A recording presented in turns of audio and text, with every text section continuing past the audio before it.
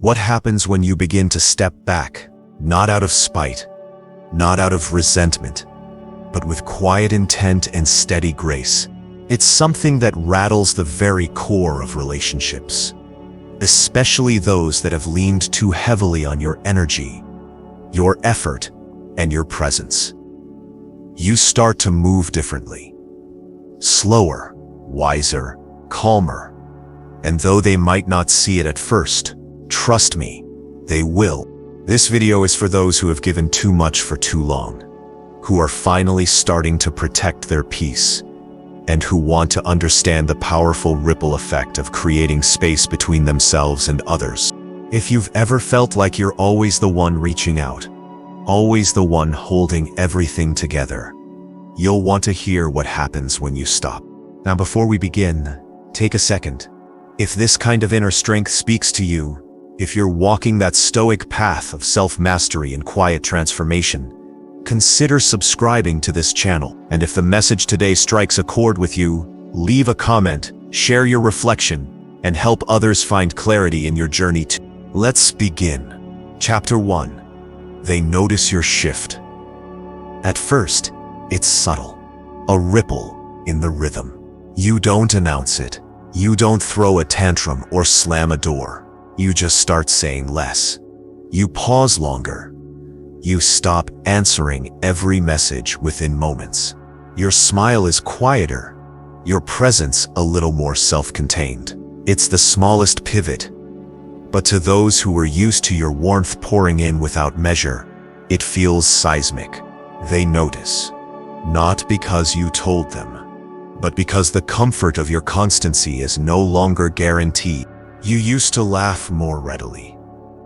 You used to carry the weight of two hearts. You used to overcompensate for their cold spells, their distance, their inconsistency. But now, you sit still. You respond, but you don't chase. You acknowledge, but you don't overextend. You let silences linger longer than before. And in those silences, they begin to hear echoes of everything they took for granted.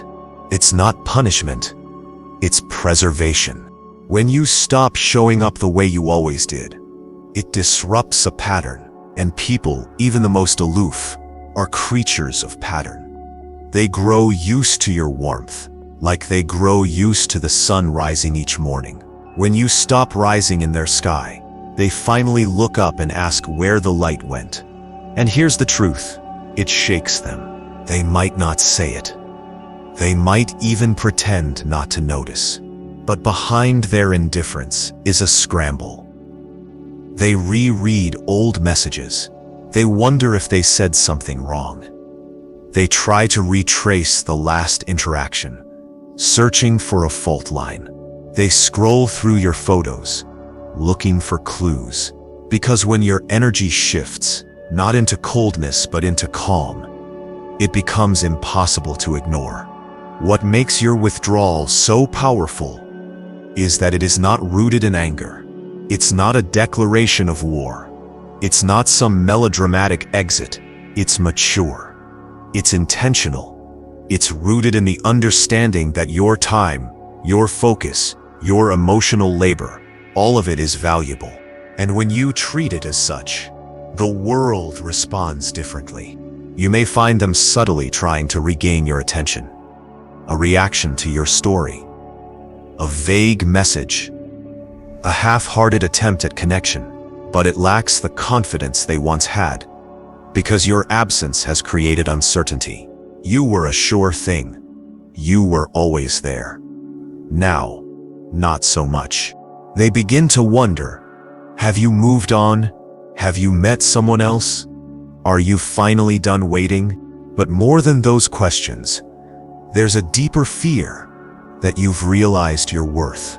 Because that is the most terrifying shift for anyone who once relied on your low self-worth to keep you orbiting around them. When you rise from that orbit, when you stop spinning around their moods, their whims, their timelines, they lose their gravitational pull, and they feel it in their gut. You don't have to say a word. Your silence speaks fluently. Your distance becomes a mirror, reflecting their past behavior. Every time they failed to appreciate you, every time they dismissed your needs, every time they took and took and took without even a glance back to see what was left of you. Now they glance. You're not cold. You're just composed. You've grown into your stillness. You've stopped trying to prove your worth to those who never earned your effort. And that evolution is impossible to unsee. Some will panic. Some will grow resentful. Some will lash out or try to guilt you back into your old role. But others, the ones who are capable of self-awareness, they will begin to question themselves.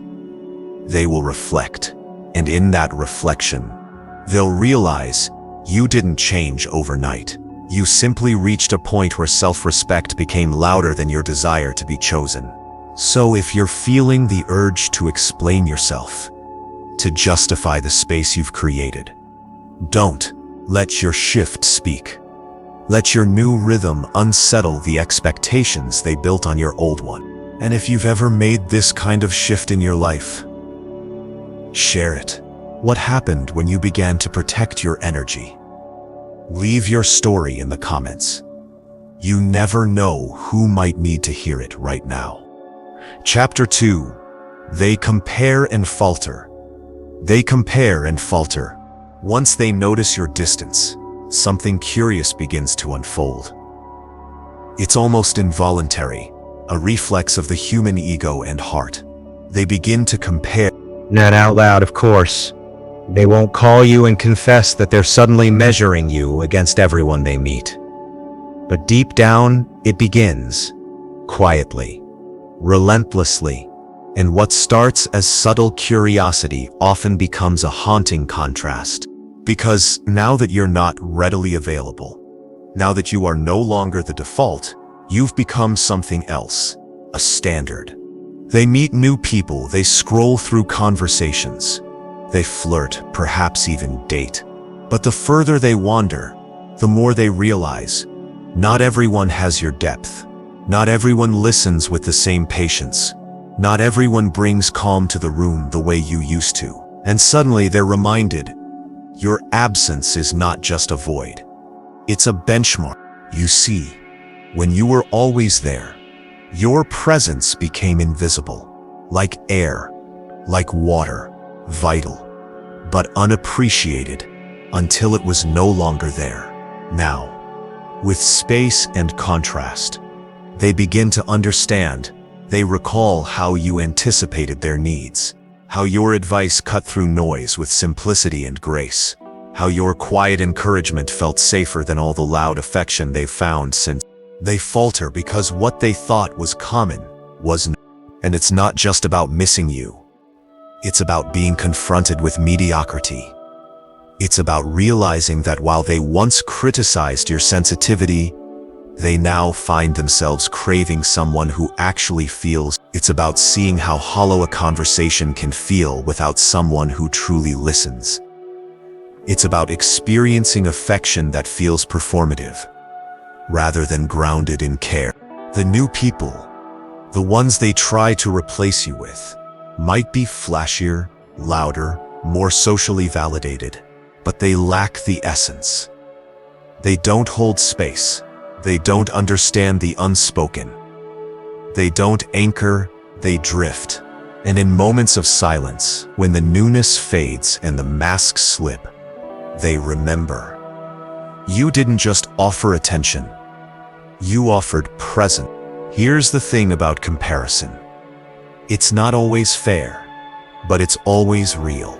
And once it begins, it's hard to unsee. Every time they feel disappointed by someone new, they are not just frustrated with that person. They are haunted by how well you would have handled the moment, how much smoother, calmer, richer it could have been with you in the room. They don't tell their friends this. Not all of them. Maybe one or two. Maybe in fragments. Maybe late at night, half distracted, half aware. But it lingers. Because once a person realizes they've downgraded, even if only emotionally, it stings. Especially if they were the ones who let you go. Especially if they pushed you to the edge and expected you to hang on anyway. And when they falter, when the comparisons grow sharper, something else sets in. Regret. Not necessarily regret for what they did, but for what they dismissed, for what they failed to see, for what they failed to appreciate when it stood in front of them, fully available, asking only for care and consistency.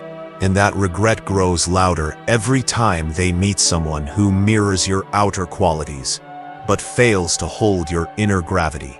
So if you've ever been replaced, overlooked, undervalued, know this: comparison is inevitable, and often it's what makes people realize not what they want but what they've already lost. Have you ever watched someone realize too late that you were rare? Share your experience in the comments. Let's remind each other that silence and distance aren't weakness, they're revelation. Chapter 3. They crave your approval. There's a shift that happens in the psyche of someone who once held your admiration and now finds it gone. At first, they don't realize it. They move as they always did, perhaps cocky, perhaps indifferent, believing that your silence means nothing, that your stillness is temporary. But as your distance becomes consistent, as your gaze no longer lingers, and your words no longer come with the old softness, they begin to feel something unfamiliar. A longing, a desire that runs deeper than attraction, deeper than nostalgia. It's the craving for your approval. Not because you were some pedestal-bound figure whose validation was a prize, but because your approval was quiet, rare, and meaningful. You didn't give it freely. You didn't flatter to manipulate. When you expressed appreciation, it was real. And when they had it, they felt seen. They felt understood in a way most people never made them feel. So now, without it, they feel lesser. Not in value, but in energy. It's as if a part of their glow has dimmed. Because when you used to admire them, when you used to reflect their light back to them, they stood taller, straighter, more certain. Your attention was a mirror, not one of flattery, but of depth. You noticed what others missed. You celebrated small victories. You called out quiet strengths, and though they may have never told you, your presence made them feel more capable, more whole. Now, that light is gone. They start to wonder, what do you think of them now? Do you still see them the way you did? Do you think they've become better or worse in your eyes? And here's the kicker. Even if they moved on, even if they've surrounded themselves with others, your approval still lingers in their subconscious, because not all validation is created equal. Some attention is loud but fleeting. Yours was quiet, but anchoring. Now that it's absent, they begin to crave it. And the more they crave it, the more they begin to act for it, even if they don't understand why. They may post things they hope you'll see, make choices they hope you'll hear about. They might reach out subtly, masking their intent in casual words. But beneath it all is a silent plea. Do you still see me? Do you still respect me? And if you don't, or if they think you don't, it rattles them. You become the silent audience in their theater of decisions. Not because they owe you anything, but because when someone wise steps back, we start to question our performance. When someone discerning goes quiet, we wonder whether we've failed to live up to something. They crave your approval, not because they need it, but because they remember what it felt like to have it. And they miss how grounded they felt under your gaze. The Stoic path is one of inward validation. You do not hinge your self-worth on external praise. But the irony is that the more you live by this code, the more others find your approval sacred, because they know it cannot be bought. It cannot be manipulated. It must be earned. And once earned, it is a rare treasure. So now, as you continue your path, distant, composed, focused, they ache for that glimpse of warmth, that nod, that silent sign that says, "You're still doing well in my eyes, but you've grown." And you no longer offer approval to soothe egos.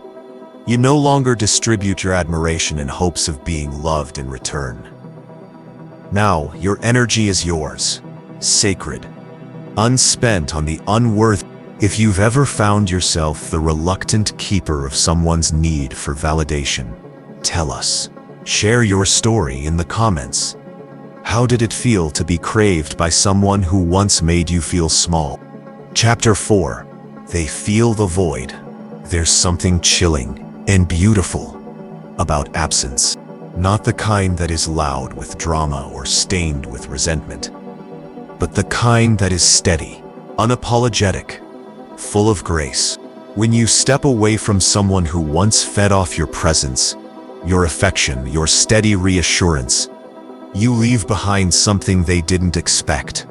A void. A quiet, gaping, undeniable space where your energy once lived. And unlike the kind of absence that breeds relief, this one breeds awareness. Because it's not just the lack of your words they feel. It's the lack of your warmth in the room. The way you used to anticipate needs before they were spoken. The way your intuition knew when to give space and when to lean in. The way your care wasn't loud, but always present, like a lamp that simply lit the corner, asking nothing in return. Now the corner is dark. They don't say it. Not always. But they notice. The energy of a room where your presence once settled now feels hollow. Conversations feel slightly more strained. Laughter feels more performative. And in the stillness that follows, they begin to feel the full weight of what you carried, silently, endlessly, without applause. You see, you were the soft place they never had to thank. The emotional net beneath their swings and falls. And now that it's gone, they fall a little harder. Because not every replacement fits. Not every friend listens like you did. Not every partner leans in like you once did. There is no refill for a soul like yours, only echoes of what was and what is now lost. And so they feel the void. They feel it in the delayed replies that now feel colder. In the new companions that misunderstand their jokes. In the sudden awareness that they were never as self-sufficient as they pretended to be. Your absence has become a lesson. A mirror, a reckoning. Because sometimes we don't recognize abundance until we are faced with drought. And you, for all your quiet grace, were abundance. They mistook your patience for permanence. They assumed your loyalty was infinite. And now, they stand in the vacuum of their own assumptions. The void teaches them. It whispers in moments of solitude. It shows them what was truly rare. Not your affection, but your consistency. Not your presence, but your depth. Not your attention, but your attunement. And what's hardest to admit is that they didn't know how to hold it. They didn't know how to meet you where you were. They took but rarely offered. They basked in your care, but rarely asked how you were doing. And now there is no one left to hold that emotional space. Only silence, only memory, only the sharp contrast between what they have now and what they once had. So when they scroll through old photos, when they replay old conversations, it's not just nostalgia they feel. It's regret, not for losing you, but for never learning how to keep someone like you. And you've grown. You do not shrink to fill the voids others discover too late. You do not rush back in to rescue them from their discomfort. You let them sit in it, feel it, learn from it. Because only through that silence do some people finally hear what your presence was truly worth. If you've ever been the person who left with grace and watched the silence do the rest, tell your story. Has your absence ever been louder than your presence? Chapter 5. They see your truth. As the silence lingers, as the void stretches, something profound begins to unfold. They stop looking at what you once gave them, and they start looking at who you really were, who you are behind the mask of availability they once took for granted. This is the part they never saw before. Or maybe they did, but chose to ignore it. Because when someone is always there, when someone is always giving, it's easy to believe they exist for that role alone. But now, with distance as a lens, they start to see your truth. They see that your kindness wasn't weakness, it was restraint. That your patience wasn't passivity, it was composure. That your silence wasn't submission, it was control. They see that you never lacked power. You simply never needed to prove it. You were always strong, not in the way the world celebrates with volume and conquest, but in the quieter, more enduring way. In your loyalty, in your ability to stay composed when others unraveled, in your clarity, your steadiness, your refusal to gossip or scheme. And now, with you gone, that strength becomes unmistakable. They see your truth in hindsight, in the way you never demanded attention, but always held it, in the way you never sought credit, but were always at the center of calm, in the way your advice, once brushed off, now rings in their ears with eerie accuracy. They begin to realize you were never naive. You saw everything. You simply chose not to react to it all. You chose peace over performance, wisdom over impulse, and in a world obsessed with drama and validation, that kind of restraint is power. But here's the painful part for them, not for you. Your truth now stands in contrast to everything they surrounded themselves with. Your depth makes the shallow more obvious. Your grace makes the chaos around them more exhausting. Your discipline makes their emotional volatility feel childish. And they can't see it. They begin to question their choices, their circles, their habits. Because when you were around, your presence raised the standard, subtly, silently. You never asked them to change. You simply lived with a code, and that code invited them to rise. Now that you're gone, they feel the absence of that standard. They recognize that your boundaries were not walls, they were invitations to grow. That your calm wasn't detachment, it was inner mastery.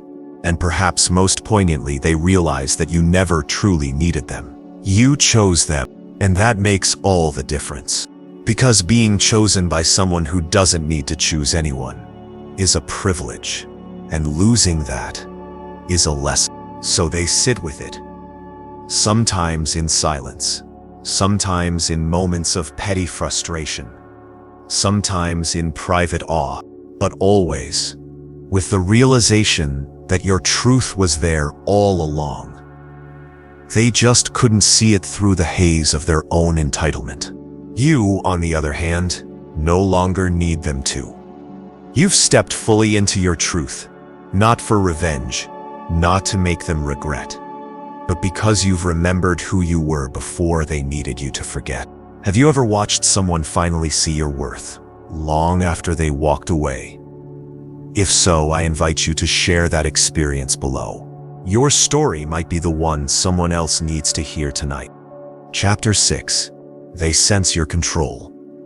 There's a silence that isn't passive. a distance that isn't disinterest, a calm that doesn't stem from weakness, but from control, and it unnerves people. When you begin to master yourself, when your reactions slow, when your voice deepens in stillness rather than rising in emotion, something shifts in the air. They feel it. Even if they can't name it, they sense the tension between who you used to be and who you've now become. That tension, it's not confusion, it's recognition. They sense your control over your thoughts, over your impulses, over the endless emotional triggers they once knew so well. The same ones they may have used consciously or not to keep you unstable, invested, or chasing. It used to be easy to throw you off. A careless remark, a delayed reply, a withdrawal of affection. You'd come running right on cue, heart in hand, looking for answers, offering solutions, trying to restore the peace.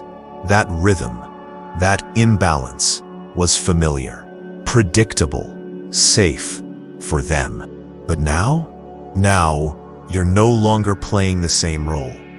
You are no longer in the same theater.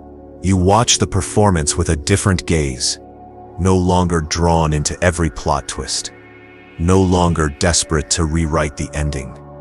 You are still grounded, focused elsewhere, and that focus, that lack of response, is its own You haven't become cold. You've become centered, no longer ruled by the emotional volatility of others, no longer baited into arguments, no longer emotionally handcuffed to their moods. You've taken the wheel back, and those who once benefited from your instability feel the loss of influence like a sudden winter. Control is not loud. It does not announce itself with grand gestures. It's in the way you take a breath before replying, or choose not to reply at all. It's in the way you move slower, speak less, and think more.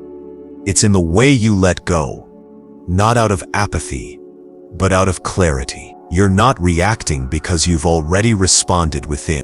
This unnerves them, because when they can no longer shake you, when their silence no longer stings you, when their provocations bounce off your peace like wind against a mountain, they realize they've lost their grip. And it's not just about you being over it. It's about you being beyond it. They start to question their power. They sense the shift in dynamic. And in that subtle awareness, they experience a kind of existential discomfort. Because if they can't control your reactions, they are left to face their own. This is when the games begin. Small provocations, sudden attempts to test your calm, maybe a passive-aggressive message, maybe a calculated compliment, maybe a sudden burst of warmth, followed by withdrawal. All of it designed to spark the old you, to awaken the anxious heart they once fed off. But you do not stir, and your stillness becomes the loudest statement you've ever made. Control is power, yes, but not over others, over yourself. The Stoics knew this. To govern the self is the greatest conquest. And you, in choosing silence over chaos, focus over drama, boundaries over people-pleasing, you are waging that noble war, and you are winning it quietly. They see it, and they respect it, even if it bothers them. Because there is something undeniably magnetic about someone who no longer needs to prove anything, who no longer needs to chase, explain, defend. You've stopped asking for closure, and that lack of need makes them question everything they thought gave them the upper hand. Now, you hold it, and here's the beautiful irony. The moment you stopped needing their recognition was the moment they began to crave yours. Control doesn't mean coldness. You can still care.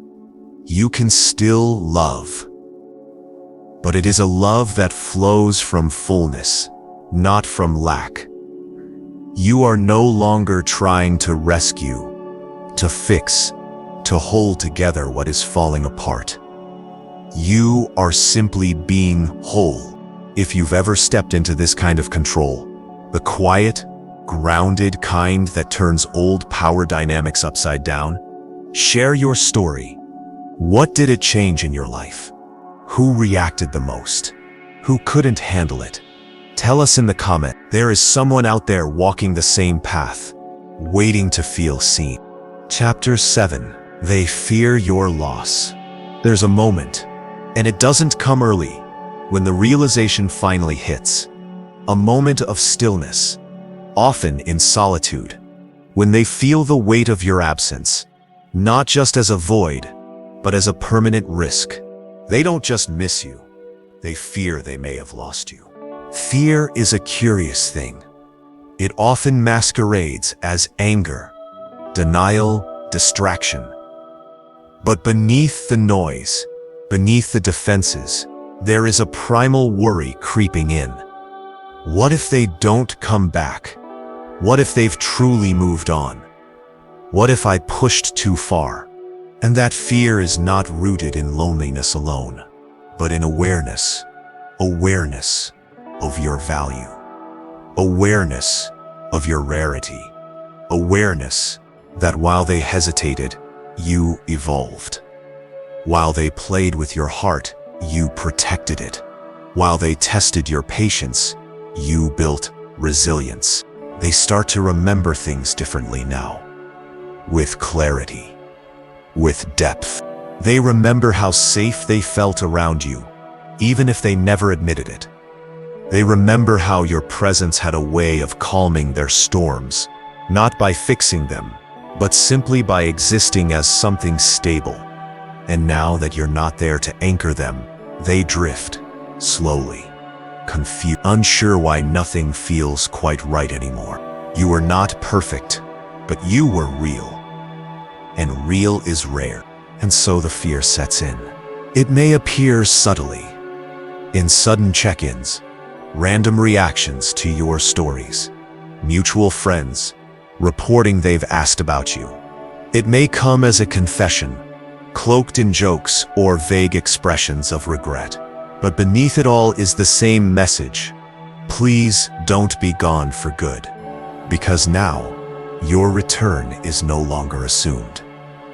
Now, your forgiveness is no longer guaranteed. Now, your loyalty, once offered without question, must be earned.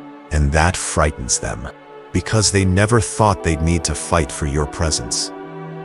They thought you would always wait, always hope, always orbit. But here you are, planted in your purpose, rooted in your growth, walking your path, without glancing back. That image shakes them. Not because you've become cruel, but because you've become unreachable. Not by distance, but by elevation. The person you're becoming isn't the same as the one they left behind. And to meet you now, they'd have to rise. They'd have to reflect. They'd have to change, and many cannot. So instead, they linger in fear, not of you, but of their own inadequacy, of the choices they made, of the moments they ignored the signs, of the ways they dismissed you, when all you asked for was mutual respect. Fear does strange things to people. It can trigger defensiveness, bitterness, sudden warmth, even desperation. But you, standing in your strength, owe them no response. You've done the work. You've earned your calm, and you are not responsible for easing the consequences of their negligence. Let them feel it. Let them wrestle with the version of you they thought they understood. And the one you've now become. You are no longer the one afraid of being abandoned. You are no longer the one trying to keep the connection alive. You are no longer the one holding space for someone unwilling to grow. You have become the one who can be lost, and that changes everything. It's not about revenge. It's about revelation. They are not fearing your loss because of what it takes from them, but because of what it reveals about who they were and who they failed to be. And that is a lesson no apology can erase. Have you ever become the person someone feared losing? Not out of ego, but because of how deeply you've grown. Share your reflection below. Your voice might be the one that reminds another person just how powerful it is to walk away with grace. Chapter 8.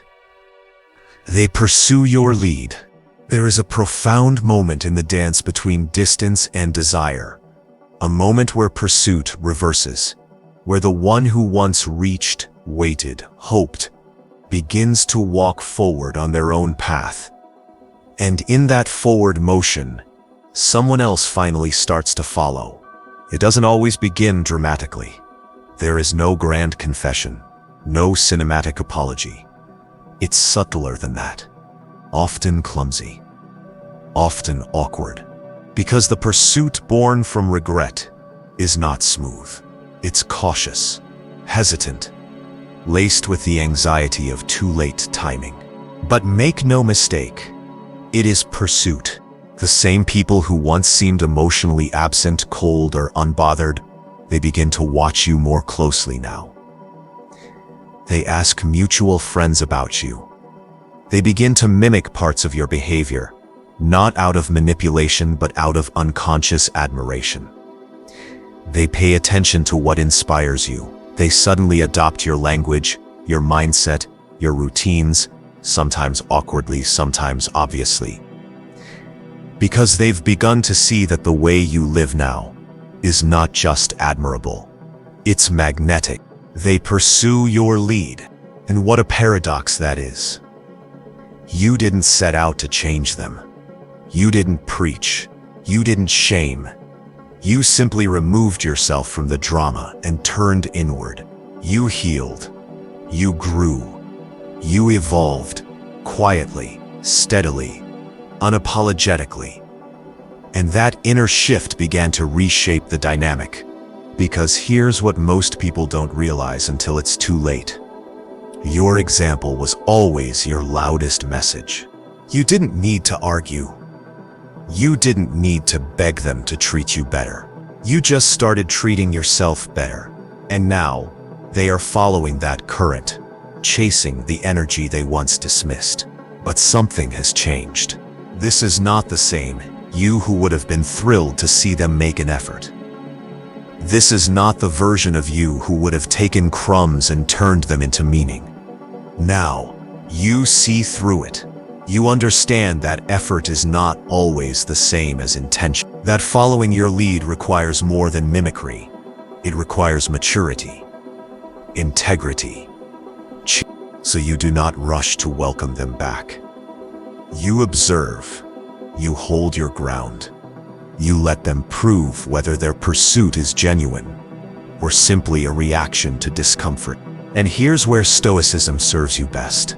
Because the desire to be validated, to be chosen, to be redeemed, these are natural, but they are not your compass. Your compass is truth. It is alignment. It is the life you are building that no longer bends to fit the shape of other people's fears. If they wish to walk beside you now, they must keep pace. They must elevate. They must let go of their old tactics, the passive aggression, the emotional tests, the conditional affection, and embrace the same clarity you now live by. And many won't. Some will try. They'll say the right words. They'll express vague regrets. They'll offer symbolic gestures, but only a few.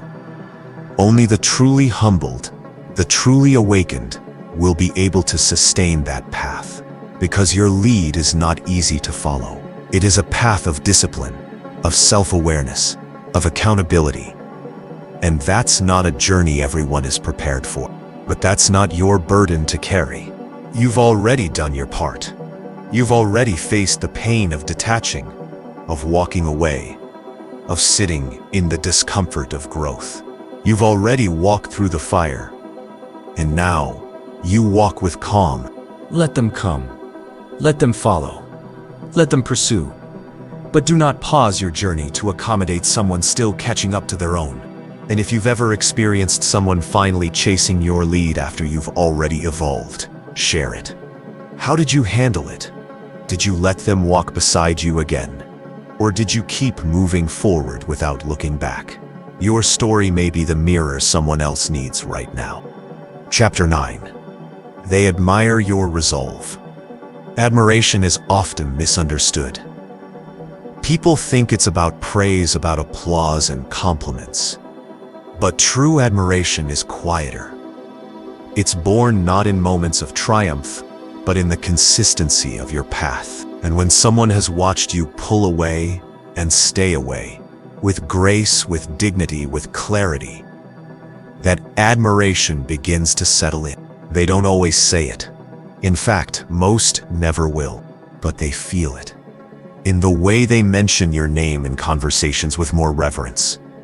In the way they describe you now with a tone softer than before. In the way their memories of you are no longer laced with irritation or blame, but with respect, regret, maybe even awe, because you did what many cannot. You walked away and stayed gone. You didn't slam doors. You didn't beg to be understood. You didn't spiral. You simply removed yourself from what no longer aligned and rebuilt your world from the inside out. You showed them that healing doesn't always look like confrontation. Sometimes it looks like silence, like growth, like choosing yourself every single day, even when it hurts. And now they admire you. Not because you tried to be admired, but because admiration is the natural response to integrity.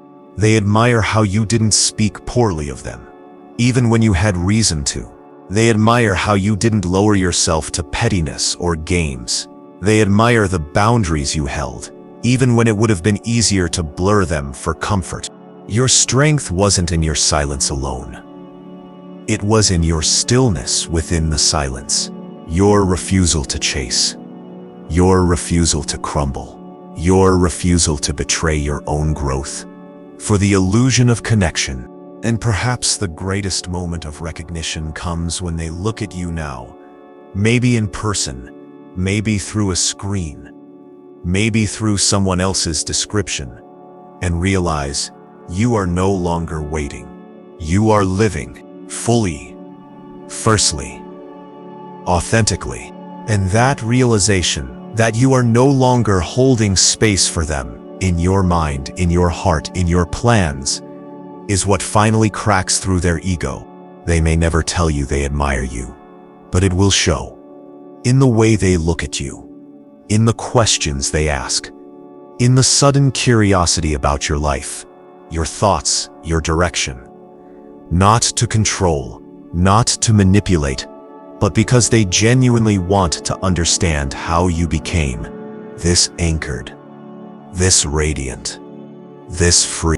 But you don't owe them that explanation. Let your presence speak. Let your actions explain. Let your joy, your discipline, your evolution be your language. You do not owe anyone the map to your healing.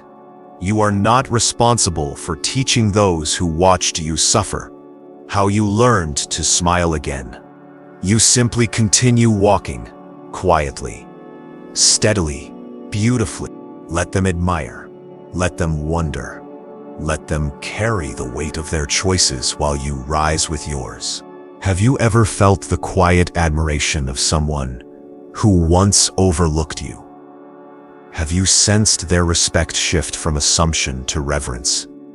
Share your reflection in the comments. Your evolution may be the inspiration someone needs to hold the line a little longer.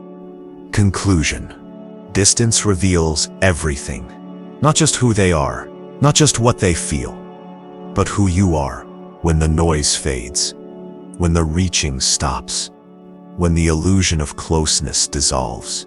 You began this journey by stepping back, maybe uncertain, maybe afraid, but deeply guided by something within you that whispered, enough. Enough giving without return.